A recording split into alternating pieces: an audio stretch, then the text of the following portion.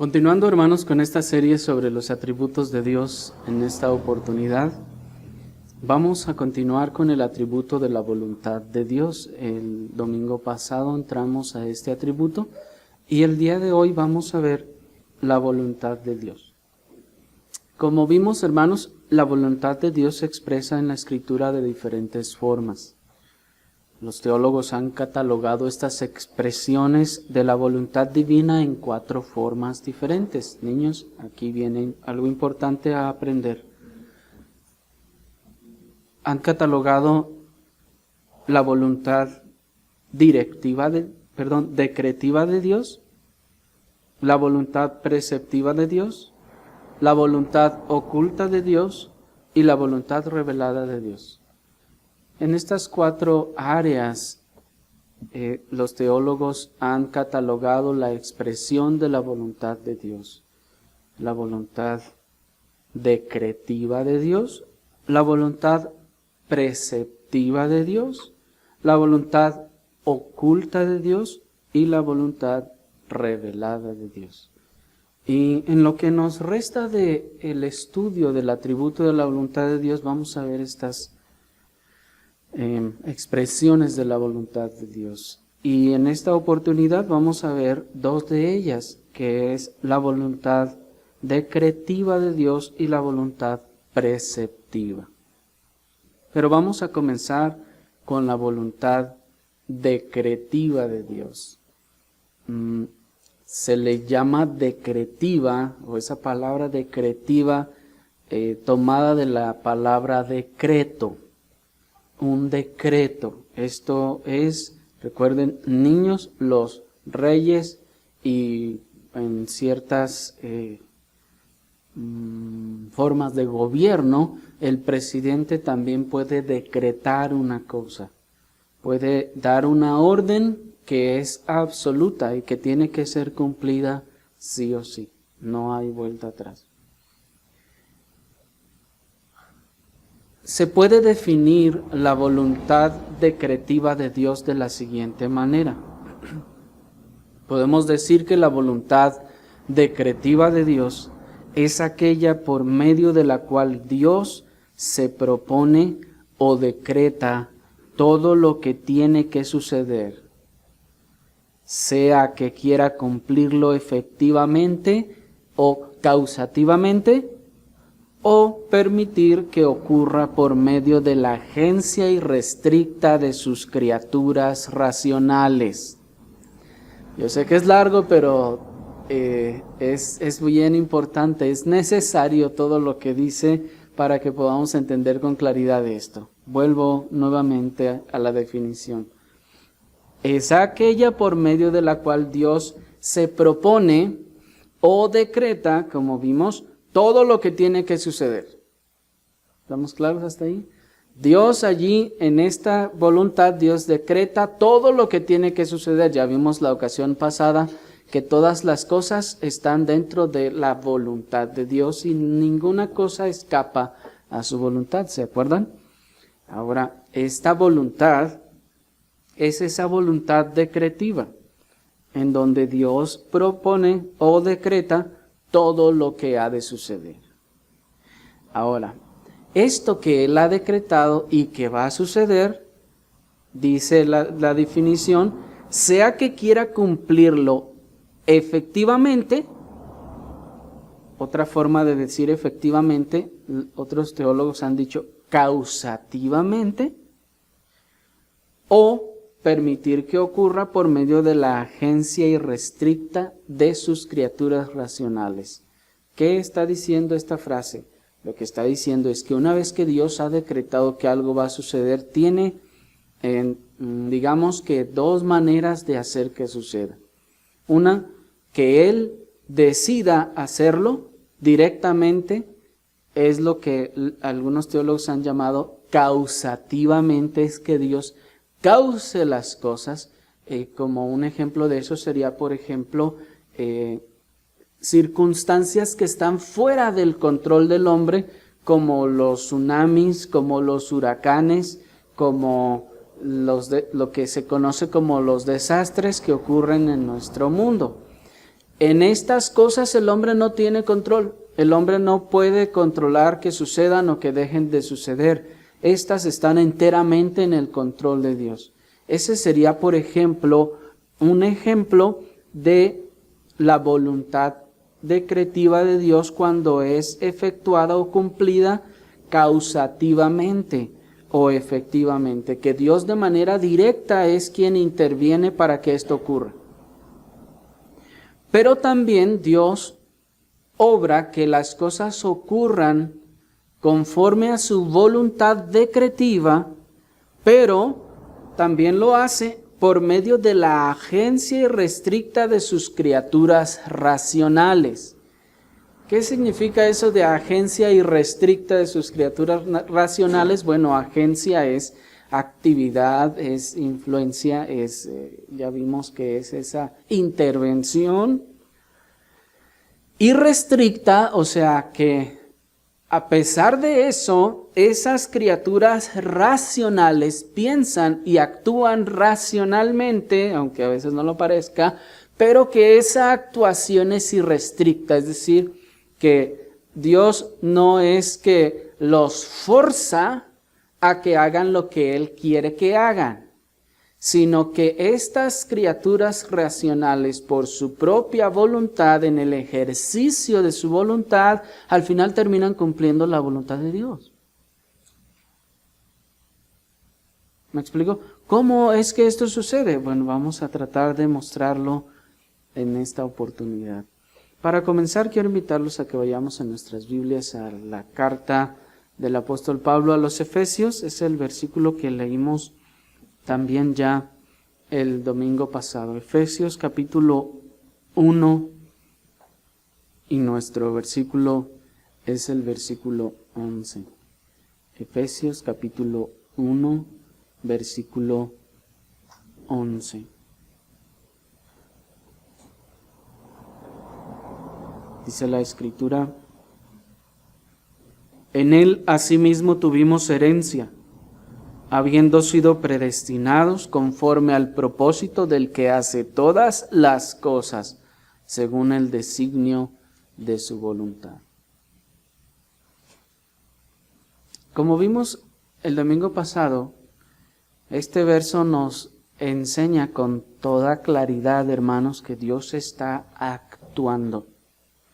Esto es, que Dios está haciendo todas las cosas, que su voluntad, veíamos, es una voluntad activa, no es un deseo pasivo de querer que algo suceda y ya, sino que su voluntad, veíamos que es esa voluntad activa. Veíamos que la palabra que se tradujo como hace es la palabra griega de la que viene nuestra palabra energía, ¿se acuerdan? Y esto significa que Dios causa que sucedan las cosas. Y a la vez nuestro texto entonces nos demuestra que el ejercicio de la voluntad de Dios, en este caso, es causativo. ¿Se fijan? Pues es Dios el que hace, dice, conforme al propósito del que hace todas las cosas. Dios pues está interviniendo también de manera causativa en las cosas. ¿Por qué tembló en aquel lugar? Porque en la voluntad decretiva de Dios estaba que eso sucediera. Pero sucedieron muchas cosas así o así. Bueno, sí sucedieron. Pero saben, eso, como veremos, no hace a Dios ni autor de pecado ni injusto.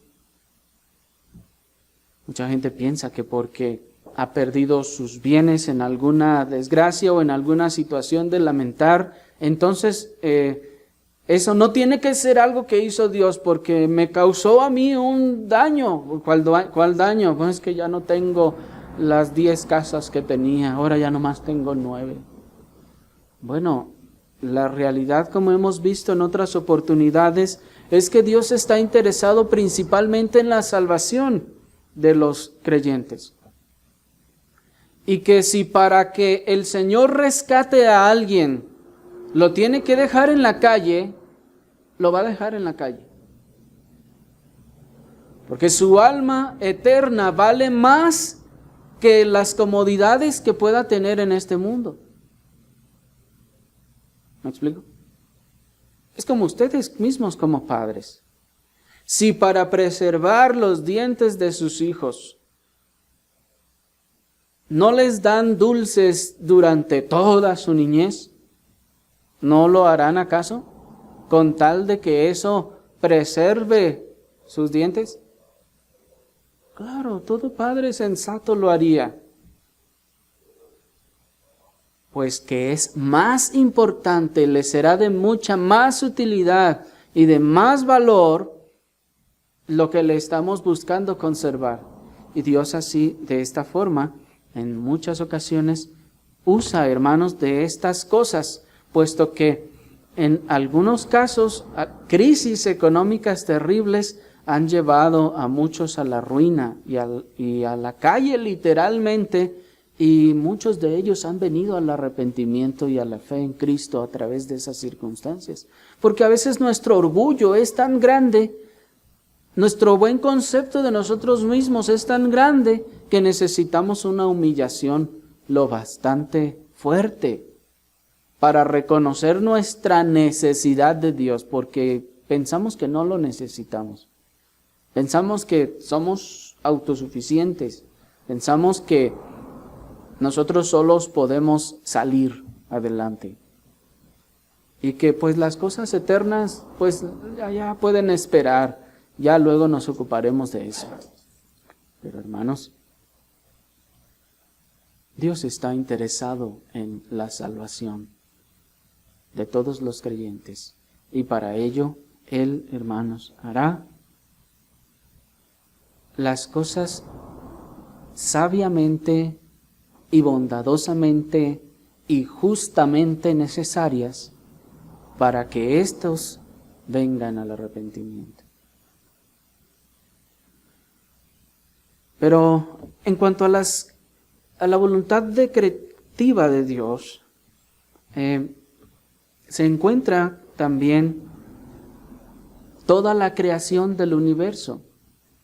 Pues noten que Dios no envió a nadie a crear todas las cosas, ni sostiene el universo por medio de sus ángeles, sino que Él mismo decretó ser la causa de la existencia y del sustento de todas las cosas.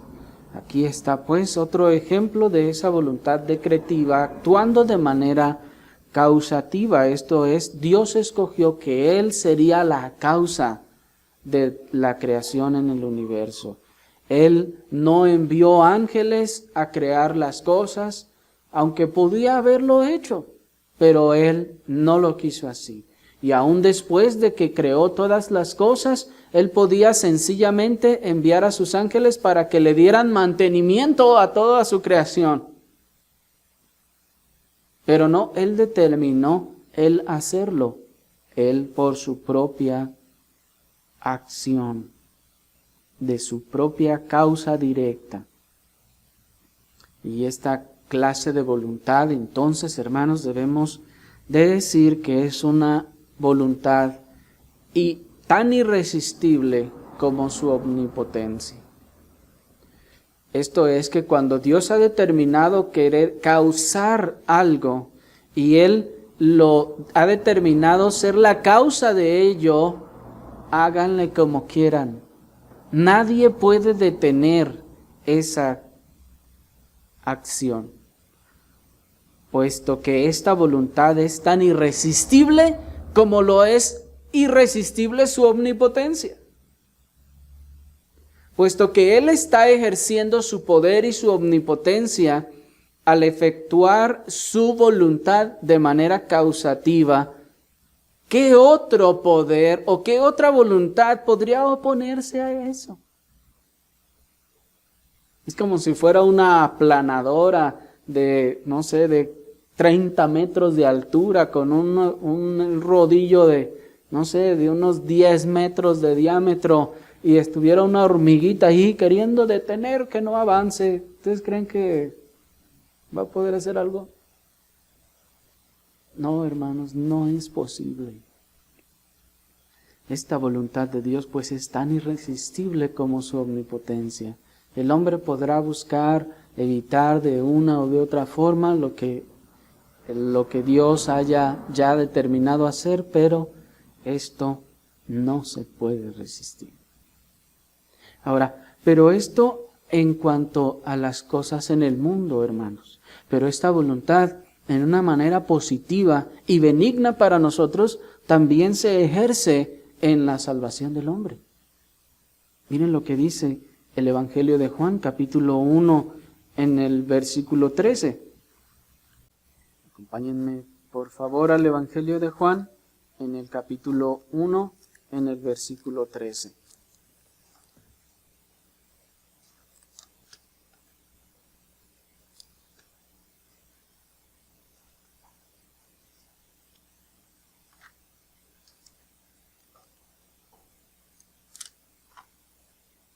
Dice, bueno, vamos a leer desde el 11 para que veamos el contexto. A lo suyo vino, y los suyos no le recibieron.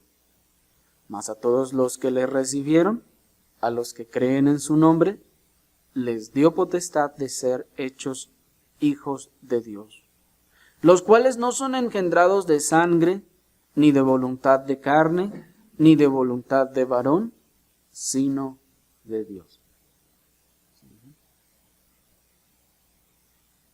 Oh, qué cosa tan maravillosa, hermanos.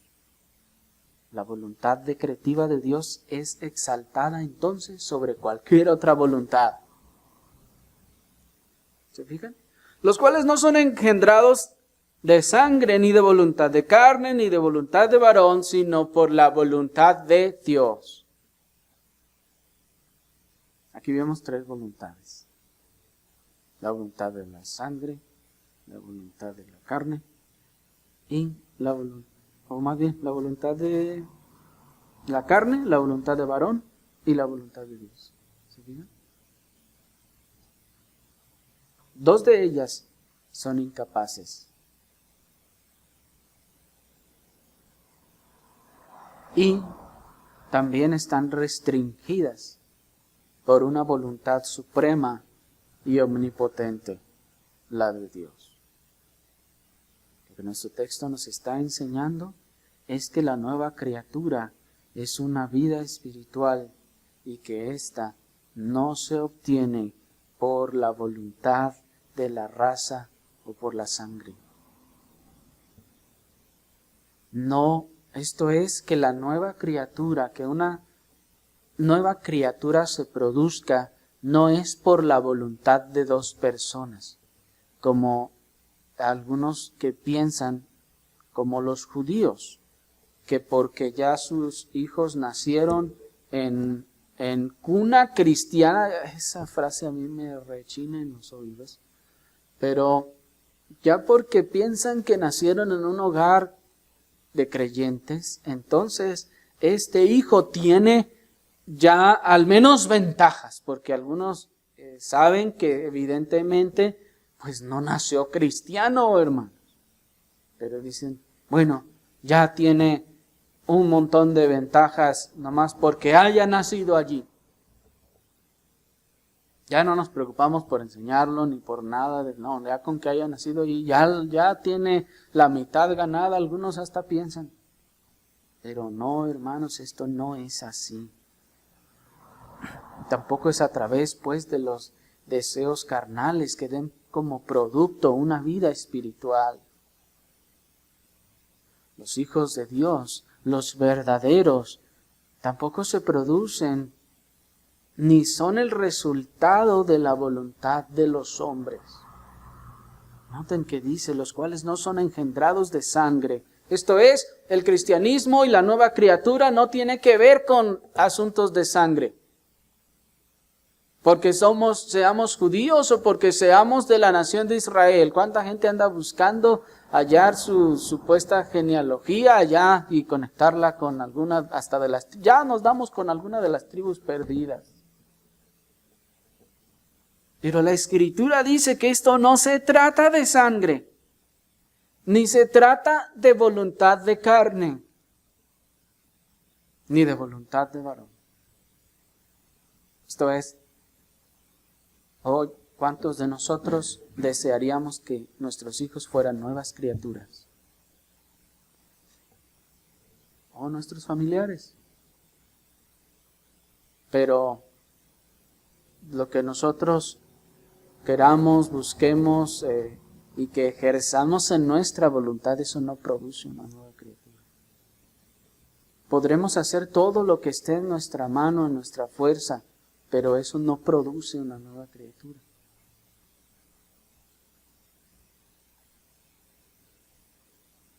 Los hijos de Dios no son el resultado de la voluntad de los hombres. De que digan, voy a hacer todo lo posible por atraer a mi primo, a mi tío, a fulano, a la iglesia, para que entonces sea salvo.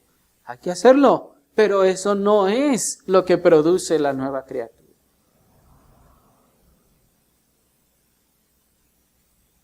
Y tampoco de la voluntad propia, como si del hombre mismo dependiera darse vida a sí mismo. ¿Se dan cuenta qué disparatado suena eso? El hombre mismo no puede darse vida a sí mismo, no puede producirse a sí mismo y ser una nueva criatura. Dirá alguno, pero ¿quién se hace nueva criatura a sí mismo? Bueno, en realidad todos esos sistemas de obras es lo que hacen al final. Tú eres el que te haces nueva criatura, porque te bautizaste, te hiciste tú solo a ti mismo nueva criatura, porque te hiciste tu oración, o porque obedeciste, o porque te esfuerzas, o porque esto y por lo otro. No, la nueva criatura no la podemos producir nosotros mismos. Ni aunque lo quisiéramos, pero la Escritura nos dice que no lo queremos. Creo que no llegaremos a ver a alguien que diga, no, si yo quiero ser nueva criatura, pero pues yo no tengo el poder para hacerlo y pues Dios no me quiere salvar. Ahora, ¿qué voy a hacer? Hermanos, eso yo creo que no lo vamos a ver. Más bien la gente que no es nueva criatura es porque no quiere acercarse a Dios, porque quiere seguir viviendo la vida cómoda, libertina, mundana y alejada de Dios como la vive, o quiere vivir la vida así de retiradito como la vive hasta ahora de Dios. Puesto que muchas personas pueden estar yendo a diferentes iglesias, pero aún así sin muchos compromisos para con Dios o para con la iglesia, sin comprometerse a sí mismo a mortificar su pecado, sin buscar de Dios de una manera más profunda. Y pues con eso está contento, ya no dice malas palabras, ya no fuma y ya no toma, y dice, bueno, yo creo que ya con eso con eso estoy contento. ¿Me explico? El hombre pues no puede darse vida a sí mismo. ¿Qué cosa más paradójica, no les parece? ¿Qué cosa más fuera de razón? ¿Un muerto dándose vida a sí mismo? ¿Qué va a hacer? ¿Cómo lo va a hacer? ¿Con una varita mágica o qué va a hacer? Eso es imposible. Y eso es lo que enseña la Escritura en Mateo capítulo 19, versículo 16 al 22. Yo se los voy a leer para ahorrar un poco de tiempo. Dice, hablando de la parábola de aquel joven rico, ¿se acuerdan? Bueno, del acontecimiento del joven rico, dice, entonces vino uno y le dijo, maestro bueno, ¿qué bien haré para heredar la vida eterna? ¿Detectaron ahí lo raro? ¿Sí lo detectaron o les parece todavía que era un hombre buena gente? Oh, mira qué buena gente, ese hombre se acercó a Dios, oh, qué bueno. No, dice, ¿qué bien haré para tener la vida eterna?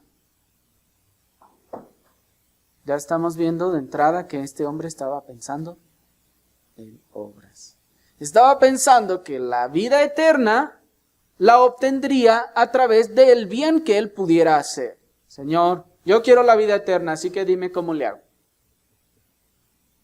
¿Cuántas obras me son necesarias para obtener la vida eterna, Señor? ¿O cuál puedo hacer que me ahorre todas estas otras?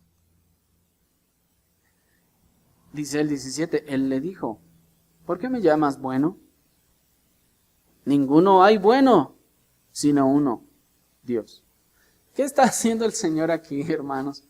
El Señor, de una manera compasiva, le está respondiendo y tratando de ayudarle a que vea y se vea a sí mismo. Y le dice el Señor, ¿por qué me llamas bueno? ¿No sabes que no hay ni uno bueno, sino Dios? Pregunta, ¿el Señor era bueno? Claro que lo era. Pero ¿por qué le pregunta a él, ¿por qué me llamas bueno? El Señor lo hace para despertar su mente y se dé cuenta, oye, espérame, me estás preguntando que qué bien harás para llegar al cielo. ¿No te acuerdas que no hay ninguno bueno? Que aunque quisieras, ¿no podrías hacerlo? Y el Señor les dice, mas si quieres entrar en la vida, guarda los mandamientos. Le dijo, ¿cuáles?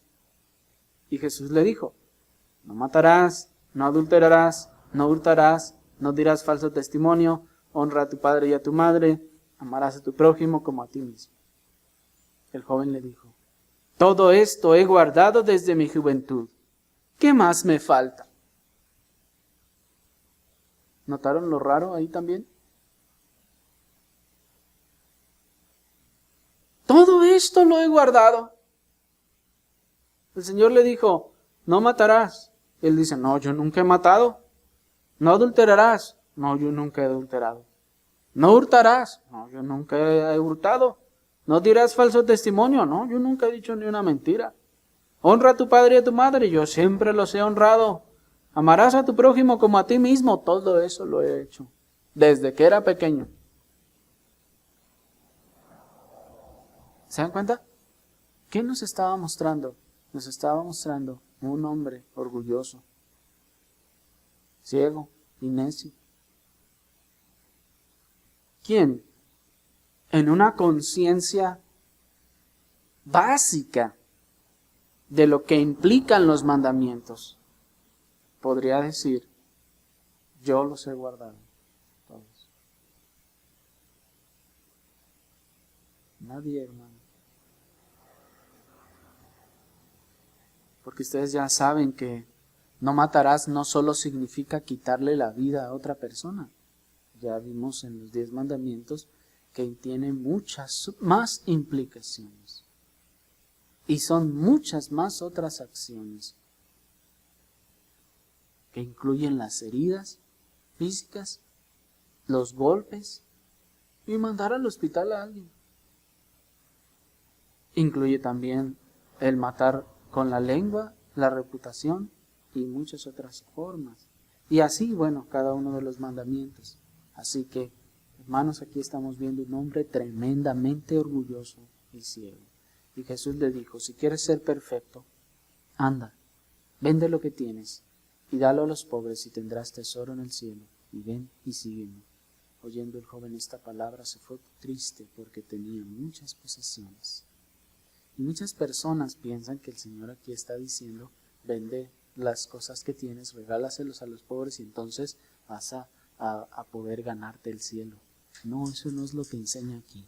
El Señor está tratando con él ahora de una forma un tanto irónica y le dice, con que tú eres perfecto, ya casi ya estás llegando. Bueno, está bien. Si tú dices que eres perfecto, si tú dices que ya has hecho todo esto, bueno, pues entonces nomás te falta vender todo lo que tienes y dáselo a los pobres. ¿Y qué hizo el hombre? Dijo, espérame, pues yo he guardado todo eso, pero no, pues ir hasta allá, no, tampoco. No se metan con mi cartera o con mis posesiones. Pero ¿qué estaba el Señor haciendo? Sencillamente el Señor estaba buscando ayudarlo a ver su condición. Para que él, al rechazar esto, él se diera cuenta que de verdad no amaba al Señor y de verdad no había hecho ninguna de esas cosas. Que al él irse triste, se diera cuenta de que su corazón estaba en esta tierra y en sus posesiones. Y que entonces no amaba a su prójimo como a sí mismo. Y que entonces no honraba a sus padres y así todos los demás pecados. No tenemos tiempo para explicar en más detalle este suceso. Pero nos está mostrando que nosotros mismos, por lo que nosotros hagamos, no podemos obtener la vida. Así que no te conviertes en una nueva criatura por tu propio esfuerzo o por tu propia voluntad, sino que la poderosa voluntad que se debe ejercer para traer vida a los muertos es aquella que posee el poder para producirlo. Ninguno de nosotros posee poder para darse vida a sí mismo. Ni siquiera las madres dan vida, en realidad. Mucha gente piensa eso. No, es que la madre que nos dio la vida. Eso no es cierto. La vida nos la dio Dios. La madre nos trabajó con Dios para darnos un cuerpo donde habitara esa vida. Pero la vida no proviene de la madre, proviene de Dios. Nadie puede dar vida, solo aquel que tiene el poder para dar vida, que es Dios, que es la fuente de la vida. Así, solo la voluntad de Dios de manera causativa puede producir vida. La nueva criatura tampoco se produce porque los otros lo quieran o porque se esfuercen por producir una. Cuando el hombre se esfuerza de manera pecaminosa para producir esto, lo único que produce son fariseos. Es Dios quien tiene que producir una nueva criatura, pues los fariseos también trataban, según ellos, de producir nuevas criaturas, nuevos convertidos, como se hace hoy en día, ¿no? En las congregaciones del evangelicalismo de nuestro tiempo. Muchas personas crean planes, métodos, formas, estrategias para que, según ellos, la gente se convierta en cristiana. Pero cuando todo esto es producto de la mano del hombre, de la estrategia del hombre, de lo que el hombre hace para producirlo, sencillamente lo único que hace es lo mismo que los fariseos. ¿Qué hacen los fariseos? Dice Mateo 23:15, «Ay de vosotros, escribas y fariseos hipócritas, porque recorréis el mar, la tierra para hacer un prosélito, y una vez hecho, lo hacéis 2 veces más hijo del infierno que vosotros».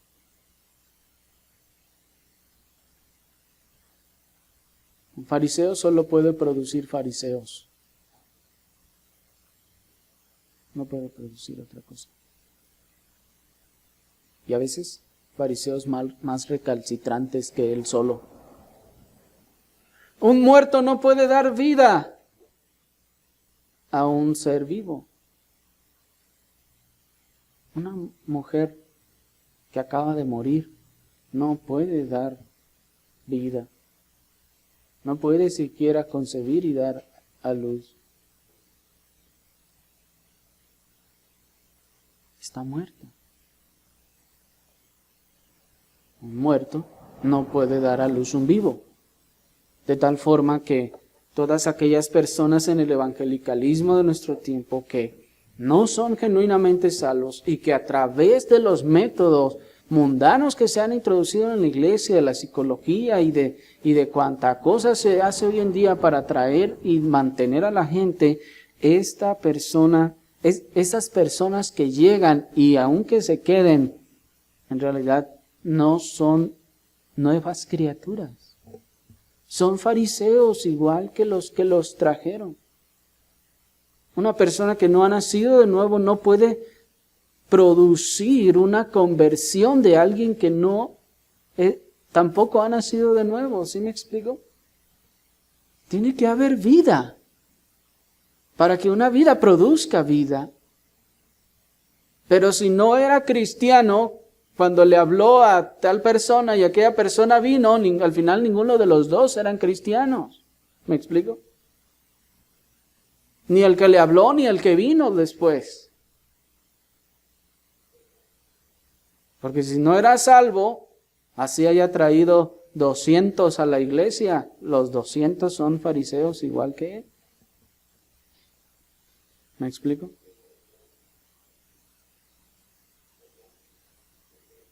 Sino que es la voluntad decretiva operando causativamente para producir o engendrar a los hijos de Dios. Dios engendra a sus propios hijos. Dios es el que produce causativamente en su voluntad decretiva a sus propios hijos.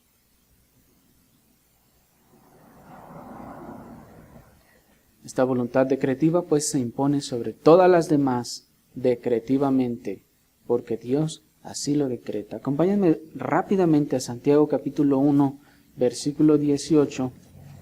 La carta del apóstol Santiago capítulo 1, versículo 18.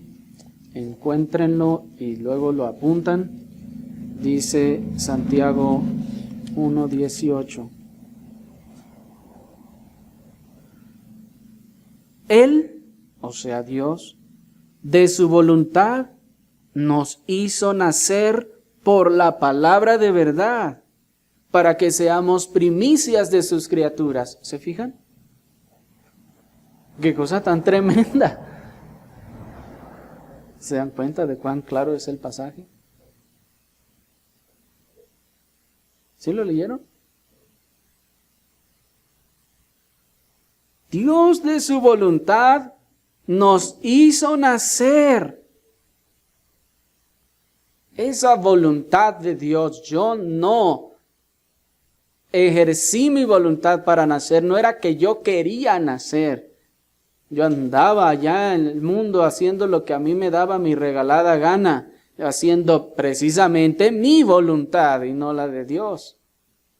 Pero Dios en su voluntad se impuso a mi voluntad y entonces me hizo nacer por la palabra de verdad. Y aquí, incluso la voluntad de Dios se impone sobre cualquier otra de las voluntades. Se impone sobre la voluntad de su mamá, que no quería que se hiciera de los hermanos o de su papá. No, hijo, no te vayas a andar con aquellos hermanos. Pero la voluntad de Dios, que dice el verso, le hizo nacer por la palabra, se impuso a la voluntad de su mamá. Se impuso a la voluntad de sus papás, de sus hermanos, de sus hijos, de todo mundo. Y aún se impuso a su propia voluntad, porque usted le daba vergüenza ir con los hermanos, le daba vergüenza, acercarse a la iglesia, no quería nada con Dios, pero la voluntad de Dios, esa voluntad decretiva, de manera causativa, se impuso sobre todas e hizo lo que Él quiso, salvar. Qué maravilloso es eso. Y qué maravilloso es que sea así. Porque si no, hermanos, yo estaría ya perdido todavía. ¿Cuántos de ustedes estarían también igual? Porque mucha gente anda hasta cantando y diciendo, oh, lo que tanto tiempo yo busqué, hoy por fin lo he encontrado. Eso no es cierto, hermano. Nosotros no estábamos buscando a Dios. Andábamos buscando nuestros propios placeres, nuestros propios deleites. Andábamos buscando el pecado. Fue Dios quien nos encontró. Y por su voluntad, Él se impuso a nuestra propia oposición. Se impuso a nuestra pereza. Se impuso a nuestra maldad. Y nos atrajo. Nos dio vida. Nos hizo nacer. Para que entonces nos diéramos cuenta de quiénes éramos. Y de lo que necesitábamos. Dios, pues, sabiendo que ninguna de las otras voluntades sería capaz de producir un nuevo nacimiento, actuó en su voluntad decretiva, venciendo cualquier otro obstáculo para producir el nacimiento de sus propios hijos. Qué maravilloso es eso. Esa voluntad decretiva perfecta que se impuso, pues sabía que ninguna de las otras sería capaz. Dios también, hermanos, debemos decir que Dios también decreta permitir que lo que sus criaturas hacen irrestrictivamente termine siendo la voluntad de Dios. O que lo que las criaturas hacen, ejerciendo su voluntad, termine conformándose a la voluntad de Dios. ¿Cómo es eso? Vamos a ver un ejemplo en Hechos capítulo 2, versículo 23. Encuéntrenlo y luego lo apuntan. Dice Hechos capítulo 2, en el versículo 23.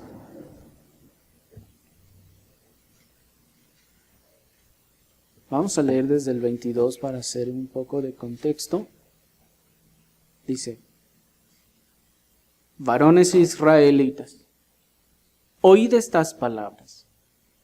Jesús Nazareno, varón aprobado por Dios entre vosotros con las maravillas, prodigios y señales que Dios hizo entre vosotros por medio de él, como vosotros mismos sabéis, a éste, entregado por el determinado consejo y anticipado conocimiento de Dios, prendisteis y matasteis por manos de inicuos, crucificándole. Hasta ahí.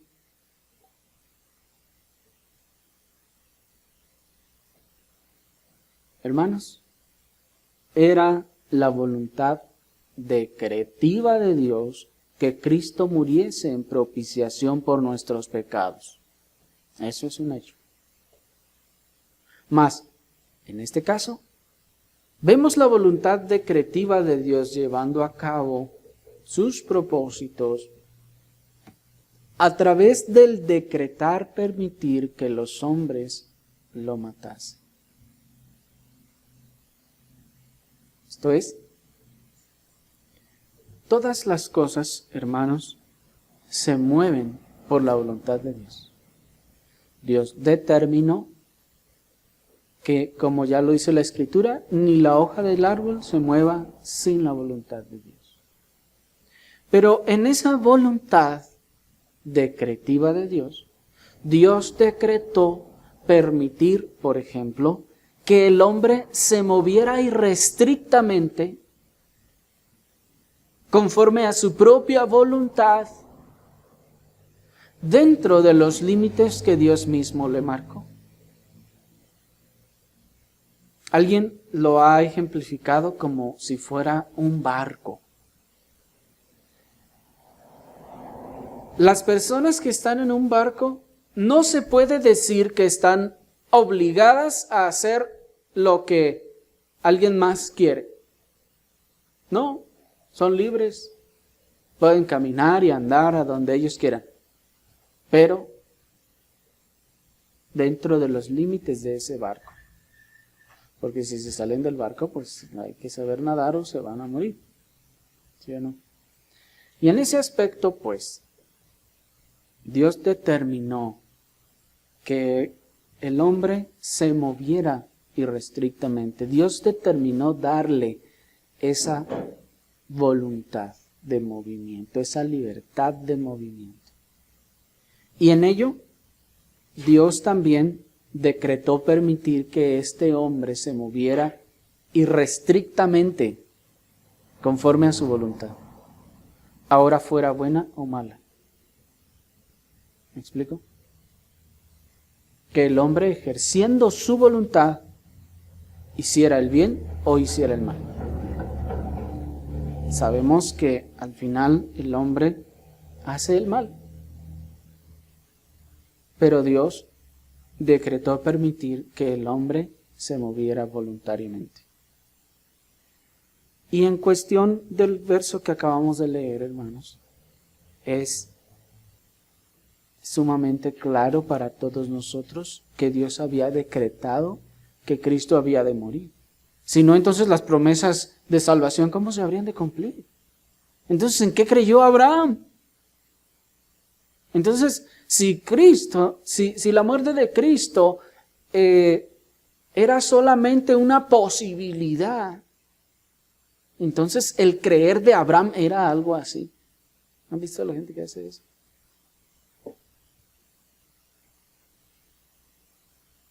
Eso es una torpeza. El creer de Abraham era firme, porque Dios había decretado que Cristo moriría, háganle como quieran. Aunque se haya juntado toda la humanidad para evitar que los romanos le crucificaran por mandato y auspicio de los judíos, entonces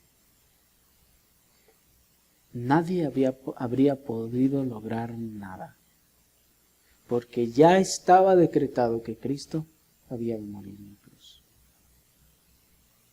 Ahora, Dios decretó que esto sucediera, pero esto no fue hecho de manera causativa, en el sentido de que Dios actuó matándolo, es decir, llevándole a la cruz, sino que Él, en este caso, como decía nuestra definición al principio, escogió, ¿se acuerdan? Dios permitió que ocurriera por medio de la agencia irrestricta de sus criaturas racionales. Mientras que aquellos hombres, Dios no los obligó a que lo mataran, ni Dios les puso en la mente que lo mataran. No, ellos por su propia agencia irrestricta y racional decidieron matarlo. Y al hacerlo, oh, qué maravilloso es esto, estaban cumpliendo la voluntad de Dios.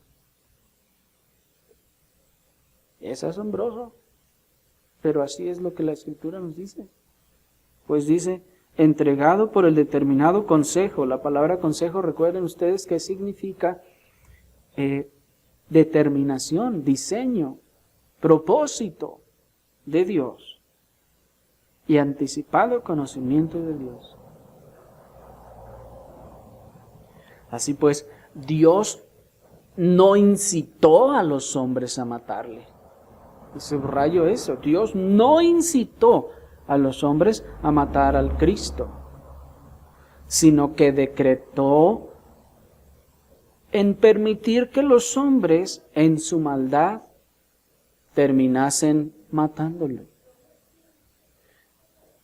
Dios entonces no les incitó ni les puso en la mente el pensamiento para que ellos lo hicieran. No. Sino que Dios decretó permitir que en la agencia irrestricta de estas personas ellos terminaran cumpliendo la voluntad de Dios.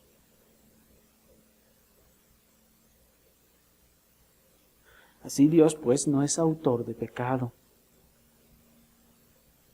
pero todo permanece bajo su control y su voluntad decretiva. Veamos por último, hermanos, en los pocos minutos que nos quedan, la voluntad preceptiva de Dios. Cuando hablamos de la voluntad preceptiva de Dios, la podemos definir de la siguiente manera. La voluntad preceptiva de Dios es la regla de vida que Dios ha trazado para sus criaturas morales, indicando los deberes que les impone. Esta palabra preceptivo viene de la palabra precepto o mandamiento. La voluntad preceptiva de Dios es entonces la regla de vida que Dios ha trazado para sus criaturas morales. Se hace la salvedad de que son sus criaturas morales para distinguirlas de las criaturas que no son morales, como los animales. De tal manera que solo el hombre, como saben ustedes, es el ser hecho en la tierra, es el único ser hecho a imagen de Dios. Esta imagen, como ya hemos visto, niños, no se refiere a que nosotros tengamos ojos, nariz y boca como Dios, sino que Dios nos proveyó de las facultades de las que Él mismo goza y nos las transfirió. ¿Cuáles facultades? Recuerden ustedes que está la mente, la racionalidad, están los afectos y está la voluntad. Así pues, en esa conciencia moral que Dios proveyó a sus criaturas, los seres humanos, Dios les estableció límites, les estableció reglas de vida para que vivieran correctamente, para que vivieran de manera que no se causasen daño o mal a sí mismas y fueran felices al hacerlo. Los mandamientos de Dios, como ya hemos visto, pues no son reglas para hacer difícil la vida, ni cansada, ni para quitarle la diversión a las cosas. No, al contrario, los mandamientos de Dios son los límites que Dios puso para que nosotros viviésemos de manera correcta y feliz. 1 de Pedro capítulo 4 versículo 2 nos dice: para no vivir el tiempo que resta en la carne, conforme a las concupiscencias de los hombres, sino conforme a la voluntad de Dios. ¿Qué voluntad es esta? ¿La voluntad decretiva? No, en este caso se refiere a la voluntad preceptiva. Esto es cuando dice conforme a la voluntad de Dios, está diciendo que vivamos conforme a los mandamientos de Dios. Está claro pues que la voluntad preceptiva de Dios es expresada en todos sus mandamientos y nos enseña cómo conducirnos y cómo debemos actuar en todas las áreas de la vida. Noten cómo dice Deuteronomio capítulo 6 versículo 17, si lo pueden encontrar rápidamente, nos dice el libro del Deuteronomio en el capítulo 6, en el versículo 17, dice: guardad cuidadosamente los mandamientos que del Señor vuestro Dios, y sus testimonios y sus estatutos que te ha mandado. Ahí está la voluntad preceptiva de Dios. Guarda cuidadosamente los mandamientos.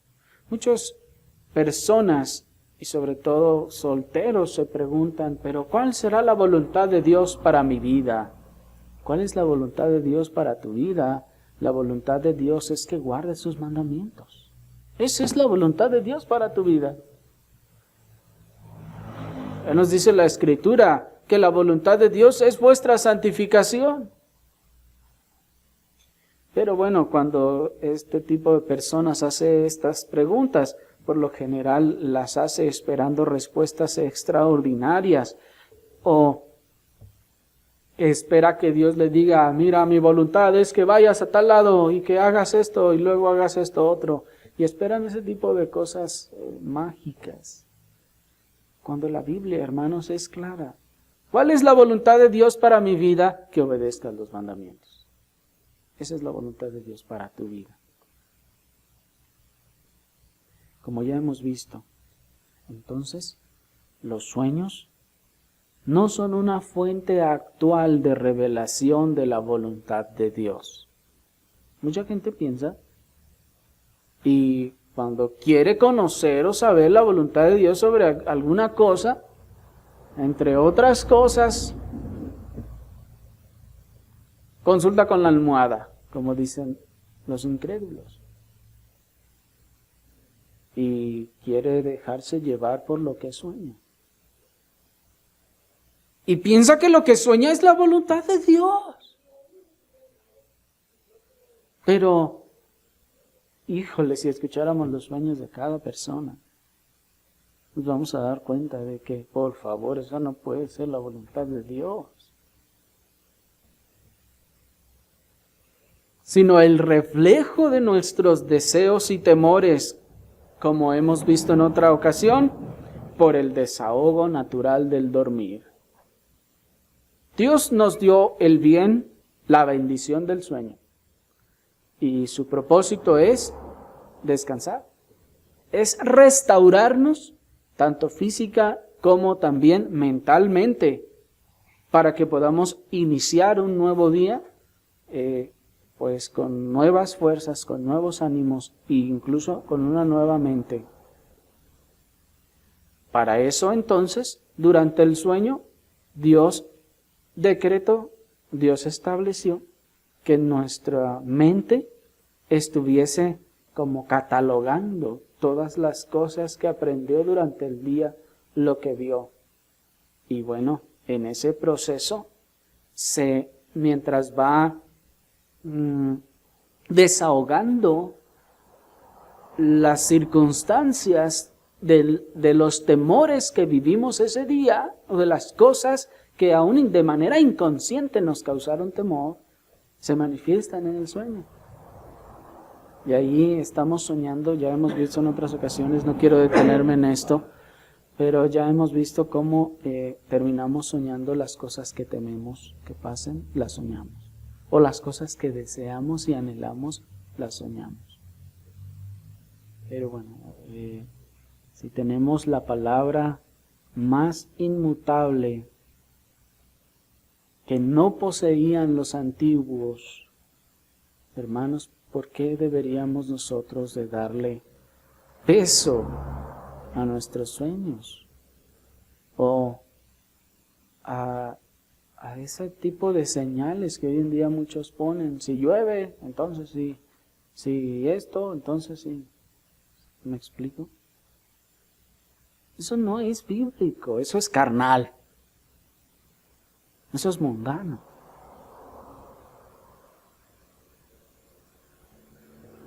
Generalmente estos sueños, noten que tienden a exaltarnos a nosotros mismos.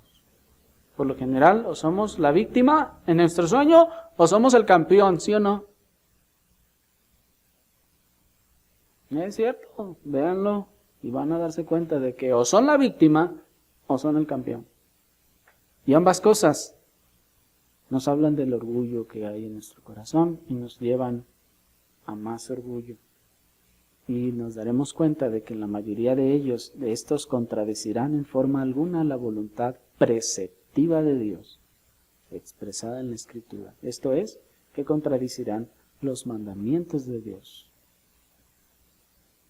Y alguno dirá, no es cierto, en mis sueños todo está conforme a la palabra de Dios. ¿Y qué es más valiosa e importante, tus sueños o la palabra de Dios? Pues la palabra de Dios. Entonces, ¿para qué queremos los sueños?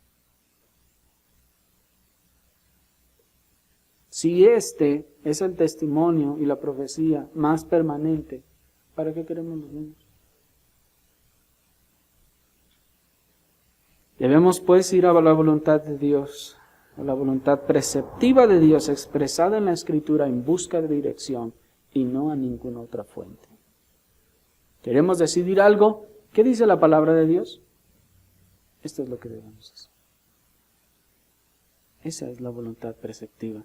Y quiero terminar diciéndoles, hermanos, que la voluntad decretiva y preceptiva de Dios no pueden entrar en conflicto, pues Dios nunca decreta ni hace pecar a los hombres, sino que esta voluntad decretiva de Dios se conforma a la voluntad preceptiva que Él mismo estableció.